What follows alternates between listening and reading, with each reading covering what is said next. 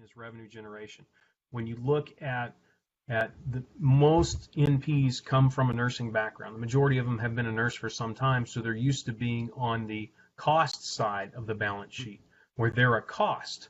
So they're not their benefit is from a cost standpoint. They're an expense, not an income. And now they're moving to the income side of the balance sheet, where they're actually generating income, and everything they do generates income. And they don't understand that. They don't understand how to change that perspective and mindset, so where you go from a cost to revenue generation. And part of the problem is they're not educated on how they generate revenue, or how to generate revenue, or how to, the term I like to use a lot is maximizing revenue generation. Okay, so what that means is, when I go in and see a patient, say you come in and see me, okay, and you come in and see me for upper respiratory infection or something like that, and I treat you for that, whatever it is, right? Say you need to give you an antibiotic for sinus infection or whatever, right? So you come in, I treat you, and that constitutes to a certain level charge, reimbursement, right?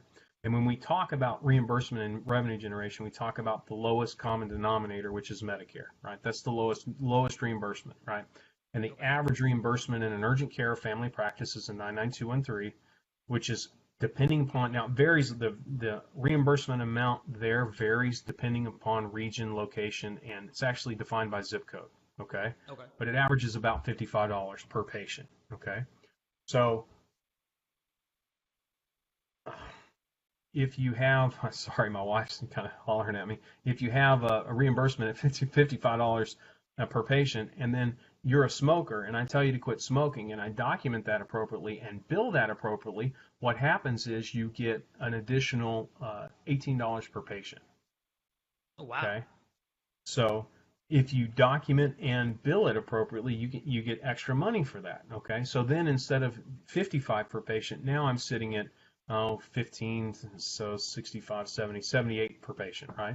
Mm-hmm. Which is almost the equivalent of a level 4 visit, right? Which is about $80 per patient, right?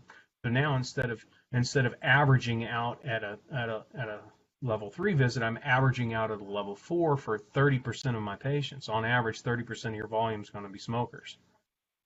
Okay. Now, majority of those people are not going to quit when you tell them to quit, because they enjoy smoking, right? Mm-hmm. So until it becomes a life-threatening deal, most of them will not quit smoking. So you're going to have the majority of your third of your practice that, if you don't do this every time, you're losing $18 to $20 per visit, right?